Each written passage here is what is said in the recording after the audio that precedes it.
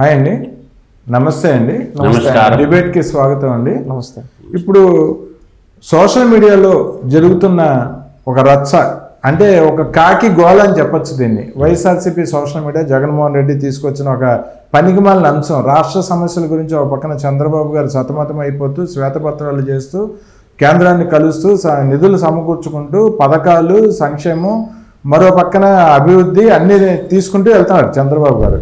ఇటువంటి పరిస్థితుల్లో ఏ మాత్రం బాధ్యత లేకుండా బాధ్యత రాహిత్యంతో ప్రవర్తిస్తూ మాజీ సీఎం జగన్మోహన్ రెడ్డి ఆయన గ్యాంగ్ జే గ్యాంగ్ చేస్తున్న విమర్శలు ఏంటంటే ఆయనకేదో పాత కారు ఇచ్చేశారు, పనికిమాలిన కారు ఇచ్చేశారు, భద్రత సరిగా ఇవ్వట్లేదు, ఆయనకి సరైన భద్రత కల్పించట్లేదని చెప్పి ఒక తప్పుడు వార్తలు సోషల్ మీడియాలో విష ప్రచారం చేస్తున్నారు.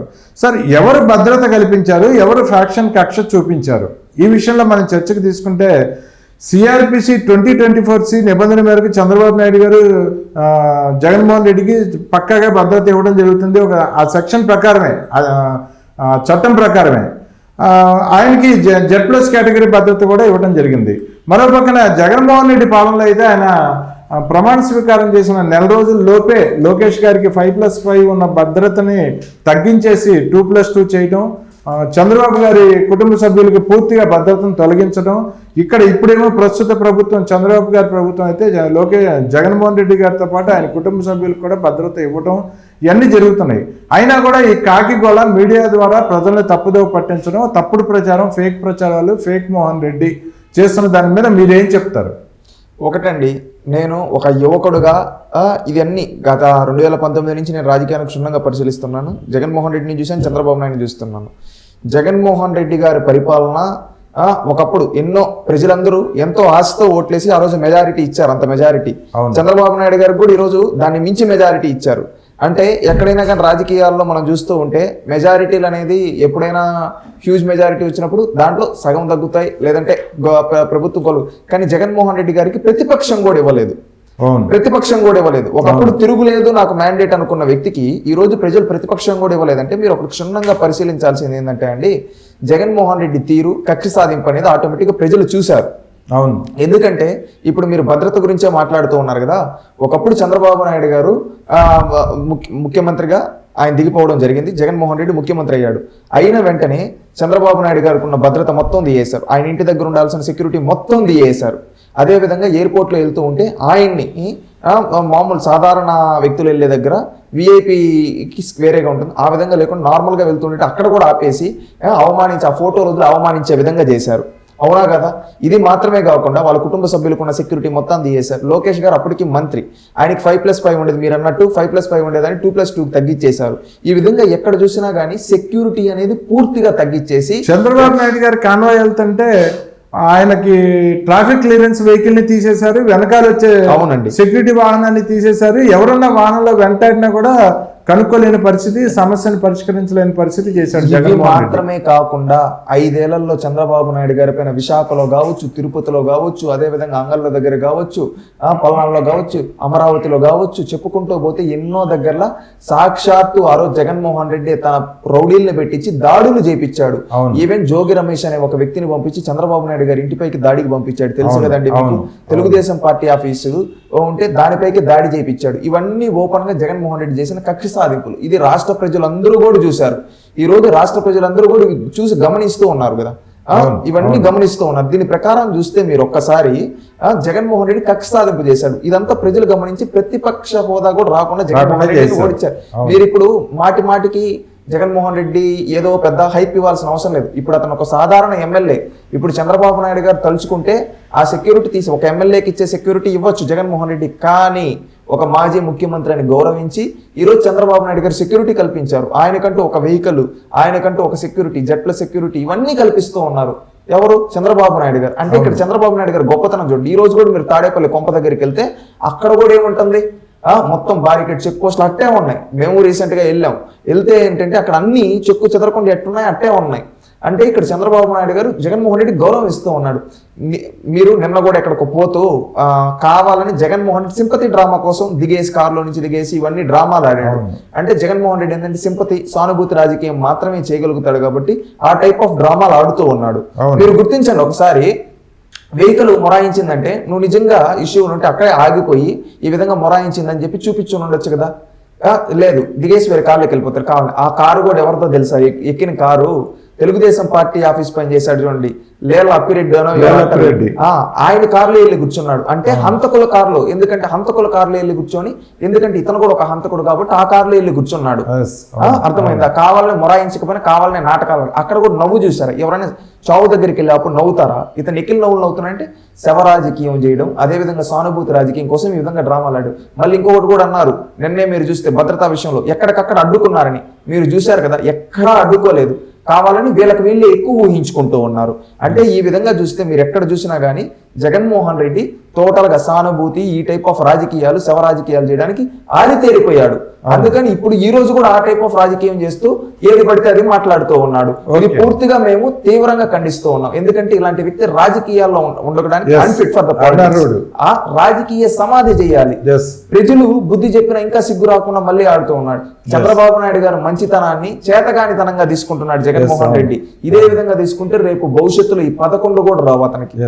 సార్ మీరేం చెప్తారు? నిన్న జగన్మోహన్ రెడ్డి ఆడిన జగన్నాటకాలు, ఈ కాన్వాయ్ మీద ఆయన తప్పుడు ప్రచారాలు, ఫేక్ ప్రచారాలు, ఫేక్ ఎలవెన్ మోహన్ రెడ్డి అంటున్నారు ఆయన్ని రాష్ట్ర ప్రజలంతా.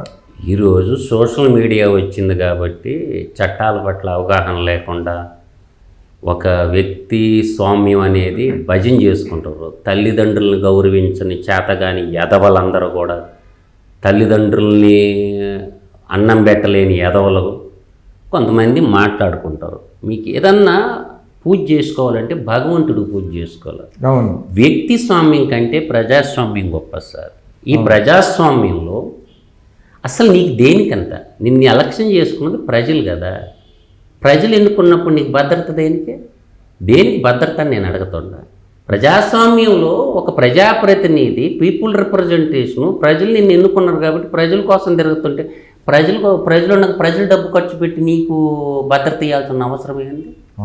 నా పాయింట్ ఆఫ్ ఏంటంటే, తన యొక్క ఆర్థిక సామ్రాజ్యంలో తన ఇంటర్నల్గా జరిగిన కొన్ని అత్యుదంతాలు, మనం జీవితాన్ని, రాజకీయాన్ని బాగా జగన్మోహన్ రెడ్డి రాజకీయాన్ని మీరు అన్వేషణ చేస్తే బడికి పోయి సక్రంగా చదువుకోవాలి.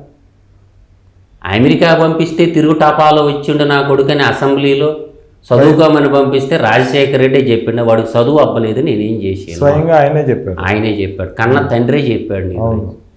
తర్వాత పరిటాల రవి హత్యతో మొదలు పెట్టితే నేటి వరకు చిన్నాన్న చంపుకున్న దాకా పరిటాల రవి హత్యతో మొదలుపెట్టినటువంటి హత్య ఏడాదాకా వచ్చింది?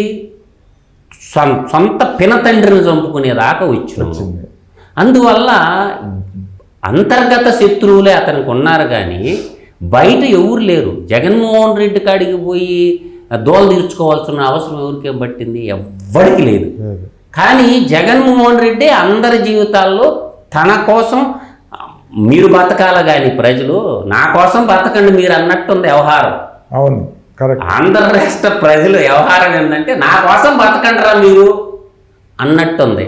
అందువల్ల ఏంటంటే ప్రజలు కర్రుగాల్చి వాతన పెట్టారు. ఒక్క ఛాన్స్ అంటే మన హిందూ సమాజంలో ఉన్నటువంటి గొప్ప సూత్రం సార్ ఇది. అయ్యో పాపం అనేటటువంటి మన వేద భూమిలోనే ఉంటుంది ఈ సారం. అవును, అయ్యో పాపం, ఇబ్బందుల్లో ఉన్నాడు వాడు శత్రువైనా సరే అయ్యో పాపం అంటారు. అటువంటి భావం కలిగినటువంటి ఈ పుణ్యభూమిలో పుట్టటమే నువ్వు చేసుకున్న పెద్ద పుణ్యం. దాన్ని ఆసరాగా పెట్టుకొని నీ ఒక్కడి వల్ల, అసలు నీ వల్ల రాష్ట్రానికి ఉపయోగం ఏంటో ఒక్కడి చెప్పను. జగన్మోహన్ రెడ్డి అనే వ్యక్తి వల్ల రాష్ట్రానికి ఉపయోగం ఏంటో ఒక్కడి చెప్పమనండి. తన ఆర్థిక సామ్రాజ్యాన్ని కాపాడుకోవటానికే తప్ప ప్రజల కోసం కాదు. పోయి నువ్వు ఏదన్నా ప్రజా సమస్యల మీద ఉద్యమం చేస్తున్నావంటే అది లేదుగా. ఇప్పుడు ప్రజా సమస్యలు ఏంది? పోలవరం ప్రజా సమస్య. తర్వాత ఏంది ప్రజా సమస్య? కడప జిల్లాలో ఉన్న అన్నమయ్య ప్రాజెక్టు ప్రజా సమస్య.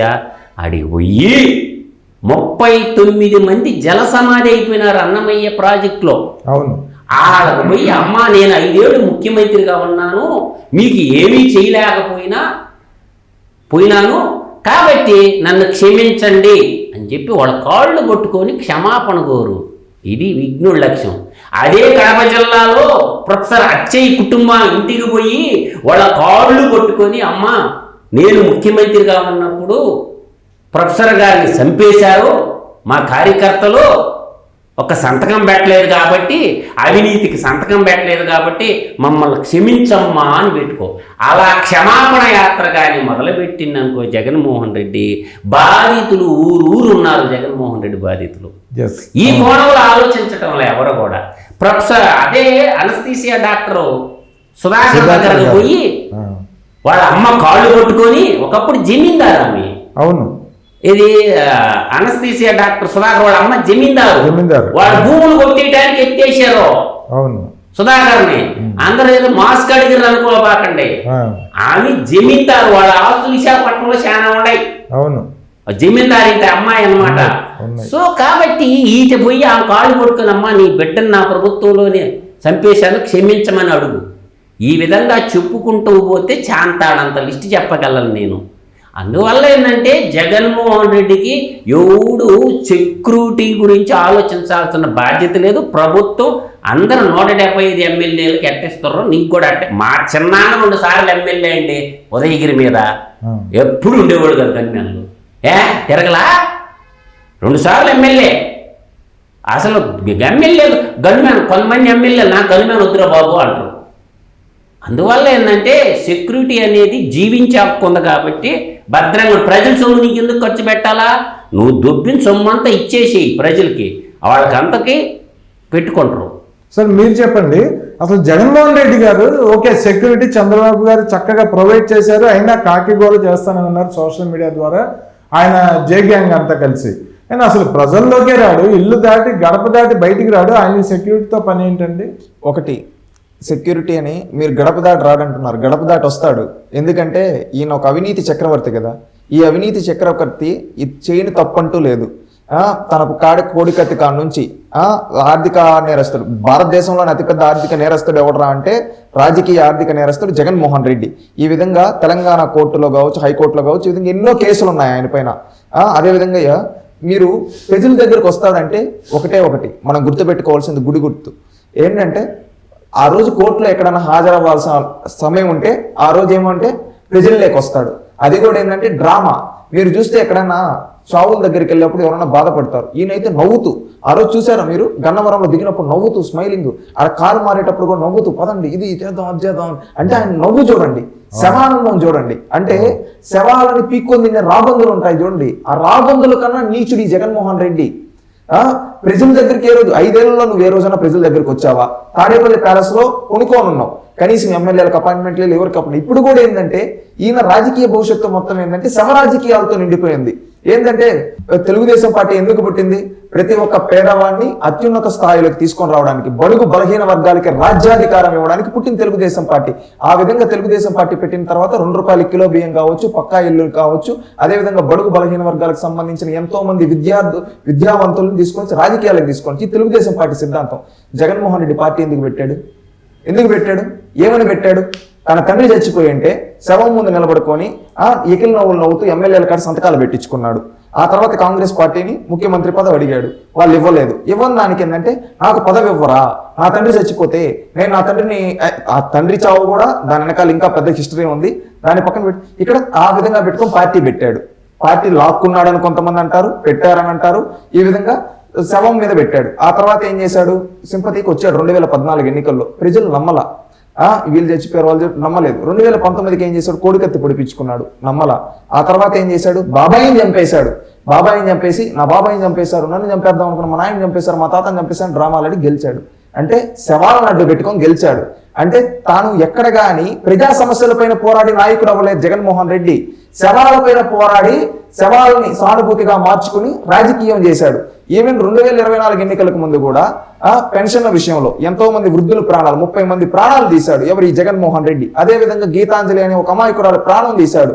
ఈ విధంగా చెప్పుకుంటూ పోతే ఎంతో మంది అమాయకుల ప్రాణాలు తీసి మళ్ళీ శవ రాజకీయం చేద్దాం అనుకున్నాడు. ప్రజలు ఇవన్నీ గమనించి తనని ప్రతిపక్షం కూడా లేకుండా కూర్చోబెట్టాడు. ఇతని శవ రాజకీయాలకు తప్పితే ప్రజా సమస్యలు ఏ రోజు పరిష్కరించడని. అంటే ఇక్కడ చూడండి, ఈ రోజు కూడా బయటకు ఎందుకు వస్తూ ఉన్నాడు? శవరాజకీయం చేయడానికి బయటకు వస్తున్నాడు. ప్రజా సమస్యల గురించి జగన్మోహన్ రెడ్డి రాజకీయ చరిత్రలో ఏనాడు బయటకు వచ్చినట్లేదు. ఇంకేదన్నా అంటే రాష్ట్రం బాగుపడుతూ ఉంటే అడ్డుకోవడానికి బయటకు వచ్చిన రోజులు ఉన్నాయి. ఇప్పుడు ఎక్కడన్నా పరిశ్రమలు పెడుతూ ఉన్నారు, అక్కడికి వెళ్ళి నాశనం చేయడానికి వచ్చి ధర్నాలు చేస్తారు. ఒకప్పుడు కియా పెట్టుంటే ఏమన్నాడు తెలుసా? ఆ కియాని మొత్తం లేపేస్తానని జగన్మోహన్ రెడ్డి సాక్షాత్ తన నోటితో అన్నాడు. మళ్ళీ కియా బాగా కార్లు వచ్చిన తర్వాత నేనే తెచ్చాను, మా నాయనే తెచ్చాడని చెప్పి డబ్బా కొట్టుకున్నాడు. అంటే చూడండి, రాష్ట్రం బాగుపడుతూ ఉంటే అక్కడ నాశనం చేయాలనుకుంటాడు. భోగాపురం ఎయిర్పోర్ట్ గురించి విశాఖపట్నం ఎయిర్పోర్ట్ లోనే ఈగులు ఇసురుకుంటా ఉన్నారు. భోగాపురం ఎయిర్పోర్ట్ ఎందుకని చెప్పి ఈయనే వాడాడు. ఎవరి? జగన్మోహన్ రెడ్డి. అంటే మీరు ఇక్కడ చూడండి, జగన్మోహన్ రెడ్డి మనస్తత్వం మొత్తం క్రూరత్వంతో నిండిపోయింది. ఎవరన్నా బాగుపడుతూ ఉంటే సహించడు, ఎవరన్నా చచ్చిపోతే అక్కడికి లికిల్ నవ్వులు నవ్వుతూ దాన్ని ప్రత్యర్థులపైన పులిమి శవ రాజకీయాలు చేయాలనుకున్నాడు. ఇతను ప్రజల గురించి ఆలోచించడం లేదండి. ఇతను ప్రజల గురించి ఆలోచించేదానికి సెక్యూరిటీ అడగటం లేదు. మధుసూదన్ రెడ్డి గారు పెద్దలు అన్నట్టు కొంతమంది ఎమ్మెల్యేలు సెక్యూరిటీ కూడా లేకుండా ఉంటారు. ప్రజాస్వామ్యంలో ప్రజల దగ్గర తిరిగేందుకు సెక్యూరిటీ ఎందుకన్నారు? అది కరెక్ట్ గా మంచి మాట. అతను ప్రజల దగ్గరికి ప్రజలకు మంచి చేయాలంటే సెక్యూరిటీ గురించి ఆలోచించాడు. గతంలో చంద్రబాబు నాయుడు గారు కూడా సెక్యూరిటీ తీయేసినప్పుడు ఆయన ప్రజల్లోకి వెళ్ళాడు. ఎందుకంటే ప్రజలకు మంచి చేయాలని తప్పనుంది. ఇతను సెక్యూరిటీ ఇవన్నీ ఇచ్చినా గానీ ఇంకా ఎందుకని ఒక ఇష్యూ చేస్తూ ఉన్నాడంటే ఇతను చేసేది మంచి మార్గంలో వెళ్తాడు, తప్పుడు మార్గంలో వెళ్తున్నాడు. ఇప్పుడు ఒక ఇద్దరు వ్యక్తిగత గొడవలతో చచ్చిపోతే దాన్ని తీసుకొని వచ్చి రాజకీయ పార్టీలకు పులివినప్పుడు అక్కడ ఉండే ప్రజలు ఏమన్నా ఇరుపప్పుల? ఈ రోజు వినుకొండలో ప్రతి ఒక్కరికి తెలుసు అది వ్యక్తిగత గొడవ అని చెప్పి. దాన్ని జగన్మోహన్ రెడ్డి రాజకీయం చేస్తుంటే ఎవరో ఒకరు యువత, కడుపు మండిన యువత ఏం చేస్తారు? ఇంకెక్కడ పరిశ్రమల దగ్గరికి పోయినప్పుడు జగన్మోహన్ రెడ్డి పరిశ్రమలు పెడుతూ ఉంటే అడ్డుకుంటే కడుపు మండిన యువత ఏం చేస్తారు? ఇతనేదో ఉద్యోగ అవకాశాలు కల్పిలేదురా, తెచ్చే రూపం కూడా అడ్డుకుంటూ ఉన్నాడు. ఇతను రాష్ట్రానికి పట్టిన శని, ఇతను జగనాసురుడు, ఒక అసురుడు. ఈ అసురుని మనమే అంతమొందించాలి, ఈ అసురుని మనమే తప్పించాలని చెప్పి ఒక నిరసన ప్రొటెస్ట్ చేయడానికి వెళ్ళినప్పుడు ఖచ్చితంగా ఇప్పుడు జగన్మోహన్ రెడ్డి భయపడతాడు. కాబట్టి ఆ సెక్యూరిటీ లేకపోతే జగన్మోహన్ రెడ్డి బయటికి రాలేడు. కాబట్టి ఈ రోజు నకిలీ నాటకాలు ఆడుతూ ఉన్నాడు. ముందు పరదాలు కట్టుకున్నాడు కదా. ఈయన ఉద్దేశం ఏంటంటే పరదాలు లేకుండా ఇంతకుముందు ఎప్పుడు బయటికి రాలేదు. ఇప్పుడు ఈయన చేసిన తప్పులు ఖచ్చితంగా పరదాలు కాదు, 100 పరదాలు కట్టుకున్నా కానీ ప్రజలు వచ్చేసేటట్టున్నారు. అందుకని ఏమంటే ప్రభుత్వాన్ని పరదాలు అడుక్కుంటూ ఉన్నాడు చంద్రబాబు నాయుడు గారు. ఇది గమనించాలి, ప్రజలు కూడా ఇది గమనించాలి. పరదాల్లో తిరిగి ఇప్పుడు పరదాలు లేకపోయే తలకి పిచ్చెక్కిపోయి జగన్మోహన్ రెడ్డి ఈ విధంగా ఉన్నాడు. జగన్మోహన్ రెడ్డికి ఇప్పుడు పరదాల అవసరం. ఆ పరదాల అవసరం కోసం ఈ సెక్యూరిటీ నాటకం అని మేము భావిస్తూ ఉన్నాం. సార్ మీరు చెప్పండి, చంద్రబాబు నాయుడు గారికి అయితే అలిపిరి దగ్గర ఆయన మీద దాడి జరగడం జరిగింది, భయంకరమైన దాడి. ఆ రోజు దాడి జరిగింది కూడా ఎర్రచందనం స్మగ్లర్ చేసి అన్నల మీద నెట్టారు. అవును, ఆ రోజు మీడియాను కూడా తప్పుదావ పట్టించారు. ఆ రోజుల్లో ఏంటంటే ఎర్రచందనం స్మగ్లర్లో ఈ కొంతమంది మీడియా వాళ్ళు సృష్టించారు, అన్నల మీద నెట్టేశారు. కానీ వాళ్ళకి ఏ పాపం తెలియని అన్నలమే బ్లేమ్ చేశారు ఆ రోజుల్లో. కానీ ఆ రోజు ఆ బ్లాస్ట్కి కారణం ఎవరు? ఎర్రచందనం స్మగ్లర్లే. సో కాబట్టి నేను అంటుండేది ఏంటంటే అటువంటి ఏదన్నా ఉక్కు పాదంతో ఈ డ్రగ్ ప్లాడర్స్ని వాళ్ళని ఒత్తి పారేసేటప్పుడు కొంతమంది ఏంటంటే శత్రువులు ఏర్పడడం వాళ్ళకు ఉంటుంది. అంతే ముఖ్యమంత్రి హోదాలు. ఇప్పుడు జగన్మోహన్ రెడ్డికి భద్రత కావాలా, పెట్టు అప్లికేషను, నాకు ఇంతమంది భద్రత కావాలా. పెన్నా పేపర్ లేదా, నాకు ఇంతమంది కావాలని ఒక లెటర్ పెట్టరాదా? భద్రతకే ఇస్తుంది ప్రభుత్వం, ఈయన అంటుందా? కానీ గవర్నమెంట్ సెక్యూరిటీని జగన్మోహన్ రెడ్డి పెట్టుకోడండి. ఎందుకు చెప్పనా? అతని పర్సనల్ ఇష్యూలన్నీ బయటకు వస్తాయి. అతను ఎక్కడికి పోయేది, ఏడ తిరిగేది అంతా ఇప్పుడు సెక్యూరిటీ పక్కన ఉన్నాడు అనుకో, అతను ఎక్కడెక్కడ తిరిగే సరౌండింగ్ అంతా రిపోర్టింగ్ చేయాలి కదా ఆఫీసర్ల సాయంత్రానికి. మళ్ళీ షిఫ్ట్లు మారుతుంటారు కదా, గవర్నమెంట్ ఆఫీసర్లు కంటిన్యూగా ఉండరు కదా. ఇప్పుడు బాబు గారి దగ్గర ఉన్న ఎన్ఎస్సి సిబ్బందిని తీసుకొని కంటిన్యూగా వాళ్ళే ఉండరు కదా. ఒక 1 month ఒక టీం ఉంటే ఇంకో 1 month ఇంకో టీం ఉంటుంటది, మారుస్తూ ఉంటది కదా ఎన్ఎస్సి కూడా. అట్లా ఏంటంటే ఈయన జగన్మోహన్ రెడ్డి దగ్గర గవర్నమెంట్ సెక్యూరిటీ ఉన్నదనుకో, అతను చేసే లంగా లత్తుకూరు పనులన్నీ ప్రభుత్వానికి తెలుస్తాంటాయి అని చెప్పి నాకు వద్దు అని మనసులో ఉంటుంది. కానీ బయటకేమో నటన, నాకు సెక్యూరిటీ లేదు ప్రభుత్వము అని. ప్రాపర్ వేతో పోయి నువ్వు అప్లికేషన్ పెట్టుకున్నావు అనుకో, అతను రేంజ్ ఏంటంటే అతను అనుకుంటుండేది నాకు చంద్రబాబు నాయుడుకి ఇచ్చారు కదా బ్లాక్ కార్డ్ కమెంట్స్ను, అలా నాకు పెట్టండి అనే ఒక భావనలో ఉన్నాడనమాట. అందువల్ల ఏంటంటే అది ప్రజల సంపద అండి. ఆ ప్రజా సంపదని ప్రజల డబ్బు నీళ్లప్రాయంగా ఖర్చు పెట్టకూడదు. అతను 5 ఏళ్లుగా ఉన్నప్పుడు చేసింది ఏంది? ఇప్పటి వరకు ప్రజలు జగన్మోహన్ రెడ్డిని అడగటం లేదండి. వేమ్రా దగులుబాజీ, జగనాసుర అసలు 14,49,000 కోట్ల డబ్బు ఏమి చేసినవురా చెప్పరా అని అడగాల ప్రజలు. ఇది అడగటం లేదు ప్రజలు. పోనీ ఈ 14,49,000 కోట్ల రూపాయలు చేసిన అప్పు మొత్తం చెప్తున్నానండి. ఓకే. గతంలో ఉన్న ప్రభుత్వం ఒక మొత్తం ఓవరాల్ గా కలిపిన 4 లక్షల కోట్లు లేదు. ఏది అతనికి అధికారం అప్పచెప్పే నాటికి. అవును. ఇంకా 10,49,000 కోట్ల రూపాయల ప్రజాధనం ఏమి చేసినవు అయ్యా చెప్పరా స్వామి. ఆ ఉద్యోగస్తులకి జీతాలు ఎంత ఇచ్చినవు, నువ్వు అనుకున్న నవరంధ్రాల పథకాలకి ఎంత ఇచ్చినవు, అవి తీసేసిన ఇంకా డబ్బులు ఉంటాయి కదా, ఈ డబ్బులన్నీ ఏమి చేసినవురా అని అడిగేటోడు ఒక్కళ్ళు లేడండి రాష్ట్రంలో. వాడి అహంకారం, అది జగనాసురుడు అహంకారం. నేను ఇన్ని వేల కోట్లు అప్పు చేస్తే నన్ను పీకినోడు ఎవడు లేడు, తెచ్చిన డబ్బులు ఎవరికి ఇచ్చినవు అది ఎవరికి చెప్పటంలా. ఇప్పుడు ఈ ప్రభుత్వంలో కూడా ఆ డబ్బు, ఇప్పుడున్న ప్రభుత్వం కూడా శ్వేతపత్రాలు రిలీజ్ చేసేటప్పుడు జగన్మోహన్ రెడ్డి తెచ్చిన డబ్బు ఎవరికి ఎంత ఇచ్చింది చెప్పటంలా. ఓకే. ఇది కూడా వ్యాలిడ్ పాయింట్. చంద్రబాబు నాయుడు గారు కూడా, ఇప్పుడున్న మంత్రి మండలి కూడా జగన్మోహన్ రెడ్డి తెచ్చినటువంటి డబ్బు ఎవరికి ఎంత ఇచ్చాడు. పెన్షన్స్కి ఇచ్చింది ఒప్పుకుందామండి 2,71,000 కోట్లు 5 సంవత్సరాలకు గాను. మిగతా సొమ్ము అంతా ఏమైంది, బడ్జెట్లో వచ్చిన డబ్బు ఏమైంది, ఆ డబ్బు ఎవరెవరికి ఎంత ఇచ్చారు అంటే కాంట్రాక్ట్ ముసుగు తగిలించుకొని రోడ్లు పోయకుండానే రోడ్లు బిల్లులు చేసుకున్నారండి. ఆ లిస్ట్ బయట పెడితేగా, ఇదిగో ఇన్నో కిలోమీటర్ నుంచి ఇన్నో కిలోమీటర్ దాకా రోడ్డు పోసినందుకు ఇంత ఖర్చు అయింది, ఈ పాఠశాల నిర్మాణం చేయడం ఇంత ఖర్చు అయింది, ఈ బిల్డింగ్ ప్రభుత్వ బిల్డింగ్ కట్టడానికి ఇంత ఖర్చు అయింది అని చెప్పి ఆ డబ్బు ఆ లెక్కపత్రం బయట ఎందుకు పెట్టడం లేదు శ్వేతపత్రం. ఇప్పుడు 9,000 కోట్లు అండి కరెంట్ ఉత్పత్తి చేయకుండా కట్టారండి. దానికి ముద్దా ఎవరండి? 9,000 కోట్లు ఇమ్మీడియట్లీ అరెస్ట్ చేసి బొక్కలు ఇవ్వండి. ప్రజాధనాన్ని అంటే కరెంటు ఉత్పత్తి చేయలా, కరెంటుకి చెల్లించలా, కానీ గవర్నమెంట్ 9,000 కోట్లు కట్టింది. అంటే ఉత్పత్తి చేయకపోతే ఆ కంపెనీ వాళ్ళ కాడ ఈ ముఖ్యమంత్రి 50-50 ఏమో తీసుకున్నారు 9,000 కోట్లలో. నేను బాబు గారు ఇచ్చిన శ్వేతపత్రంలో నవ్వుపాడుతుంది సార్. 9,000 కోట్లు ఫిక్స్డ్ ఛార్జెస్ కింద కట్టారంట. ఎందుకు కట్టాల్సి వచ్చింది? ఆ 9,000 కోట్ల కరెంట్ కొనుక్కొని ఉంటే ప్రజలు లాభపడేవాళ్ళు, ప్రభుత్వం లాభపడేది కదా. కరెంటు ఉత్పత్తి చేయలేదు, రెండేం చేయాలా, విద్యుత్ ఛార్జీలు మోత మోగించి ప్రజల కాడ మోత మోగించినారు కదా. ఈ 9,000 కోట్లు దుర్వినియోగం చేసిన కేసులో ఇమ్మీడియట్గా ఎత్తి అరెస్ట్ చేయాలండి. పబ్లిక్ మనీ దుర్వినియోగం చేసి ఇది అసలు దేశద్రోహం చట్టం. రఘురామకృష్ణరాజు మీద పెట్టింది కాదు, అసలైన దేశద్రోహి, రాష్ట్రద్రోహి జగనాసురుడు. కాబట్టి దీని మీద కేసు పెట్టి ముఖ్యమంత్రి ఎందుకు అరెస్ట్ చేయలేదు, ఎందుకు భయపడుతుంది? ఇప్పుడున్న క్యాబినెట్ కానీ ఇప్పుడున్న మంత్రి మండలి నిర్ణయం తీసుకొని ఇంత ప్రజాధనం దుర్వినియోగం చేశారు కాబట్టి ఆ క్యాబినెట్ని ఎందుకు అరెస్ట్ చేయకూడదు అంటే రాజకీయ నాయకులు ఒకటా అని ప్రజలు ఇప్పుడు ఆలోచిస్తారు. 9,000 కోట్ల ప్రజాధనాన్ని ప్రైవేట్ కంపెనీలకు దోచిపెడితే అప్పటి క్యాబినెట్ కానీ ఇప్పటి క్యాబినెట్ కానీ వీళ్ళిద్దరు క్యాబినెట్లో ఏంది మీ మిలాఖత్తని నేను అంటుంటా. క్యాబినెట్లో ఎందుకు నిర్ణయం తీసుకోరు? ఈ 9,000 కోట్లు ప్రజల డబ్బులు కదా, అప్పటి క్యాబినెట్కి బాధ్యత లేదా? కాబట్టి వాళ్ళందరూ అరెస్ట్కి అర్హత ఉన్నోళ్ళే. కాబట్టి వాళ్ళ మీద కేసు ఎఫ్ఐఆర్ చేయండి ఫస్ట్. ఇప్పుడు ఈయన డైవర్ట్ పాలిటిక్స్, డైవర్ట్ రాజకీయాలు వ్యక్తి స్వామ్యం గురించి చెప్పడం లేదండి. నేను 26 మంది సింగిల్ ఎపిసోడ్ చెప్పిన, ఇటువంటి 100 చెప్పగలను నేను. 9,000 కోట్ల రూపాయల ప్రజాధనం లూటీ చేసిన లఫూట్ గ్యాంగ్ జగన్ క్యాబినెట్ వాళ్ళ మీద కేసు ఎందుకు ఎఫ్ఐఆర్ రిజిస్టర్ కావడం లేదు అంటే క్యాబినెట్ మంత్రులు ఎంత దోచేసినా కేసులు ఎఫ్ఐఆర్ చేయరా? ఇప్పుడున్న క్యాబినెట్కి ఏమైందని నేను అంటుండా. కూర్చొని చర్చించండి. ఈ 9,000 కోట్ల రూపాయలు క్యాబినెట్ డిసిషన్ వల్లే కదా పోయింది. కాబట్టి వాళ్ళ మీద ఎఫ్ఐఆర్ చేయండి, రెవెన్యూ రికవరీ యాక్ట్ పెట్టి ముందు అరెస్ట్ చేయమని అంటుండా. ఎందుకు చేయరు?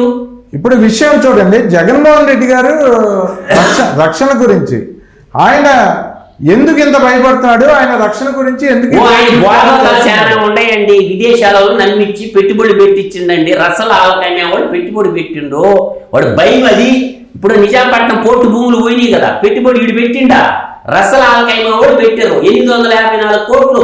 నిమ్మగడ్డ ప్రసాద్ పెట్టుబడి పెట్టిండు. ఏది? సాక్షిలో, ఇందిరా టెలివిజన్లో, సాక్షిలో. ఆ 854 కోట్లు పుణ్యాన్ని పెట్టిండా? 10 రూపాయల ముఖం విలువ కల్లా షేరు 350 రూపాయలు ఒకటి, 1440 రూపాయలు ఒకటి పెట్టి కొన్నారండి. దేనికి? నిజాంపట్నంలో పోర్టు ఇస్తామంటే వాళ్ళు పెట్టారు. నిజాంపట్నంలో పోర్టు లేదు. ఆ రసలాల్ ఖైమా వాళ్ళు కూడా, ఇప్పుడు దుబాయ్ సంస్థ ఉంది కదా రసలాల్ ఖైమా, వాళ్ళు పెట్టుబడులు పెట్టారు. వీళ్ళు అన్ని కేసుల్లో అప్పుడు A1 A2 ఎవరు గుర్తు చేసుకోండి, జగన్మోహన్ రెడ్డి కదా. అంటే విదేశీ సంస్థలు కూడా మోసం ఇచ్చారు కదా. మమ్మల్ని మోసం చేస్తావరా గబ్బు నా కొడకని వాళ్ళు కూడా తిరగతారు. ఇట్లా ఇంట్లో కూడా తిరగతారు. ఏది సొంత బామర్తో తిరగతారు. ఏది చిన్న కేసులో బామర్తలు అవుతారు కదా, వాళ్ళు అంతర్గత శత్రువులు. నీ వ్యాపార వర్గంలో శత్రువులు, ప్రజలుగా శత్రువులు జగన్మోహన్ రెడ్డికి. అతని వ్యాపార భాగస్వామ్య శత్రువులు ఉన్నారు, వాళ్ళకి అనుకుని ఫుల్ఫిల్ కాలేదు. రెండోది ఏంటి? సొంత బాబాయిని హత్య చేసిన కేసులో ఆడ అంతర్గత శత్రువులు ఉన్నారు. అన్నదమ్ములు, బావబామర్దులు, వ్యాపార భాగస్వాములు. ఇట్లా అతను రోజుకు శత్రువులు పెంచుకున్నారు. ప్రజలు కాదండి శత్రువులు, ప్రతిపక్ష పార్టీలు కాదు జగన్మోహన్ రెడ్డి శత్రువులు, అధికార పార్టీ కాదు. జగన్మోహన్ రెడ్డి తన వ్యాపార ఆర్థిక కుటుంబ శత్రువులు ఏర్పాటు చేసుకొని దానికోసం సెక్యూరిటీ అడుగుతున్నా. భస్మాసురుడు తన హస్తాన్ని తన నెయ్యి పెట్టుకున్నట్టే ఈ జగనాసురుడు కూడా తనకు తాను సృష్టించుకున్నాడు శత్రువుని. చెత్తుకొని ఇలా ఊరి మీద పడి ఆడస్తావా? నన్ను కాపాడంటే ఊరు కాపాడతారా? సింపుల్ లాజిక్ చెప్పాను ఉదయ్ గారు. ఇది నచ్చినా నచ్చపోయిన రమ్మని పెద్దమ్మ తల్లి గుడికాడికి జగన్మోహన్ రెడ్డికి ప్రమాణం చేయమని పెద్దమ్మ తల్లి గుడికాడ శవాన్ని ఆరాధన చేసేవాడు జగన్మోహన్ రెడ్డి, శివుడిని ఆరాధించేటవాడిని నేను. రమ్మని పెద్దమ్మ గుడి తల్లి కాడ ఏ తప్పు చేయలేదు ప్రమాణం చేయమని పెద్దమ్మ తల్లి కాడ, జూబిలీహిల్స్ పెద్దమ్మ కాడ.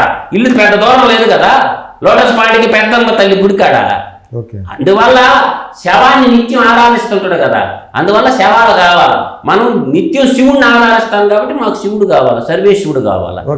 మీరు కంక్లూడ్ చేయండి సార్. మీరు జగన్మోహన్ రెడ్డి ఇన్ని అక్రమాలు, దారుణాలు, దోపిడీలు చేసే లక్షల కోట్లు దండుకున్న జగన్మోహన్ రెడ్డికి సెక్యూరిటీ ఇవ్వాల్సిన అవసరం అసలు ఇప్పుడు ప్రభుత్వానికి ఉందా? ఇవ్వాలా ఆయనకి సెక్యూరిటీ? ఇప్పుడు ప్రజల సొమ్ము వృధా చేసి ఆయనకి సెక్యూరిటీ ఎందుకు ఇవ్వాలి అసలు? ఇప్పుడు ఒకటండి, మీరు ఫైనల్గా కంక్లూడ్ చేయమన్నారు కాబట్టి ఒకటి క్లారిటీగా మాట్లాడుకుంటే, ఇప్పుడు చంద్రబాబు నాయుడు గారు కక్ష సాధింపు చేయరు, అది ఏ విషయంలో అయినా కావచ్చు. ఎందుకంటే సాక్షాత్తు ఆయన పైనే అలిపిరి ఘటనలో దాడి జరిగితే గంగిరెడ్డి అనే వ్యక్తి చేస్తే ఆ గంగిరెడ్డి ఎవరు క్లోజో అదంతా అందరికీ తెలుసు. కానీ ఆయన పైన కూడా ఎక్కడ చట్టాన్ని అతిక్రమించి ఎక్కడా వెళ్ళలేదు. ఈరోజు జగన్మోహన్ రెడ్డి వ్యక్తిగత కక్షతో 53 రోజులు కావాలని రిమాండ్కి పంపించిన చంద్రబాబు నాయుడు గారు ఎక్కడ జగన్మోహన్ రెడ్డి గారిని వేధించలేదు. అంటే చంద్రబాబు నాయుడు గారు రూల్స్ అతిక్రమించి కక్ష సాధింపనే చేయరు. ఈ రోజు రూల్స్ ప్రకారంగా చంద్రబాబు నాయుడు గారు జగన్మోహన్ రెడ్డికి ఇవ్వవలసిన దానికంటే ఎక్కువే వాల్యూ ఇస్తూ ఉన్నాడు. ఎందుకంటే అది ఆయన పెద్దరికం. వీళ్ళు ఏంటంటే ఆయన మంచితనాన్ని తీసుకొని వీళ్ళ దగ్గర ఆర్థిక బలం, అదేవిధంగా సోషల్ మీడియాలో ఇంతకుముందు పెద్దలు మధుసూదన్ గారు అన్నట్టు వ్యక్తి పూజ చేసేవాళ్ళు, తల్లిదండ్రులను పట్టించుకోకుండా రోడ్లపైకి వచ్చిండే రోకులు కొంతమంది సోషల్ మీడియాలో ఈ రోజు ఏది పెడితే అది పెడితే అవుతుందని వాళ్ళు కొంతమంది కావాలని విష ప్రచారం చేస్తూ ఉన్నారు. నిజంగా జగన్మోహన్ రెడ్డి జరగరాంది తనకు తానే కోడికత్తి దాడి చేసుకొని అంత డ్రామా చేశాడు. నిజంగా ఈరోజు సెక్యూరిటీ తగ్గించుంటే గడప దాటి బయట వచ్చి ఉంటాడా? మీరు ఆలోచించండి. నిజంగా సెక్యూరిటీ లేకపోతే గడప దాటి బయటకు వచ్చి ఉంటాడా ఈ జగన్మోహన్ రెడ్డి? అంటే ఏంటి చంద్రబాబు నాయుడు వీళ్ళు ఏంటంటే విష ప్రచారం చేయడం అలవాటు. కాబట్టి ఒకప్పుడు 30 మందికి ఎంతమంది కమ్మడి ఎస్పీలు అని చెప్పి విష ప్రచారం చేశారు, గుర్తుందా? పింక్ డైమండ్ అని విష ప్రచారం చేశారు, గుర్తుందా? అదే విధంగా ఈ రోజు కూడా వాళ్ళకు అలవాటైన విష ప్రచారాన్ని ఈ రోజు కావాలని ఏమీ లేకపోయినా కానీ విష ప్రచారం చేస్తూ ఉన్నారు. మీకు ఇప్పుడు నేను ఒకటి చెప్తానండి. ఒక విషయంలో ఇప్పుడు ఒకటి మనం చూస్తే ఒక విషయంలో నేను చూశాను ఇప్పుడే ఒక మీమ్. దాంట్లో వైఎస్ఆర్సీపీకి సంబంధించిన ఒక పేజ్లో ఒక డైలాగ్ రాస్తున్నారు. వైఎస్ జగన్ ఫ్యాన్స్ క్యాంపెయిన్ వీళ్ళు పెట్టుకోండి, వీళ్ళు పబ్లిసిటీ చూడండి ఎలా చేసుకుంటూ ఉన్నారు. 144 సెక్షన్ పెట్టారంట. నిన్న ఎక్కడన్నా 144 సెక్షన్ పెట్టినట్టు ఏమైనా ఇచ్చారా? కానీ ఆగలేదని చెప్పి వీళ్ళు విష ప్రచారం చేయండి. కాన్వాయ్ పీకేశారంట. ఎక్కడన్నా పీకారా అండి? సెక్యూరిటీ ఇచ్చి పంపించారు. తోడుగా వస్తున్న బలగానావి ఎక్కడన్నా ఆపారా? లేదు. ఎలా ఆగుతాడబ్బా అతని బలమే జనం అంట. ఎంత ఎచ్చులు చూడండి, ఎచ్చు మాటలు. వీళ్ళు సోషల్ మీడియాలో ఇలాంటి రాతలు రాయిపించి దీన్ని ఏంటంటే జనాలు నమ్మించాలని ప్రయత్నం చేస్తారు. నిజంగా ఇవన్నీ జరుగుతుంటే జగన్మోహన్ రెడ్డి బయట అడుగు పెట్టుని ఉంటాడా? అవేం చంద్రబాబు నాయుడు మంచితనాన్ని వీళ్ళు ఏంటంటే ఈ విధంగా ప్రొజెక్ట్ చేసుకునే దానికి ఉపయోగించుకుంటున్నారు. 144 సెక్షన్ పెట్టకపోయినా పెట్టాడు అంటున్నాడు అంటే వాడు కడుపు కన్నం తింటున్నాడు, ఇంకేమన్నా తింటున్నాడా? అదే విధంగా కాన్వాయ్ ఆపారా? ఎక్కడ ఆపారబ్బా కాన్వాయ్ని?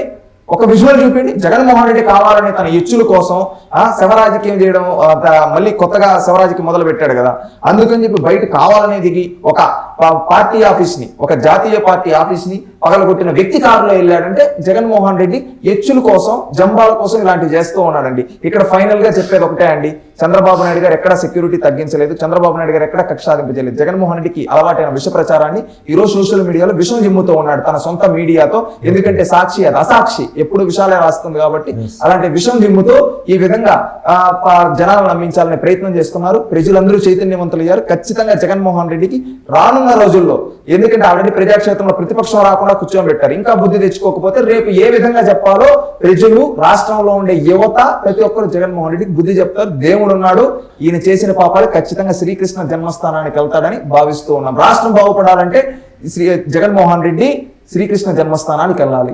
ఓకే థ్యాంక్ యూ అండి, మంచి విషయాలు చర్చించాం. మరో వీడియోలో మళ్ళీ కలుసుకుందాం. Thank you.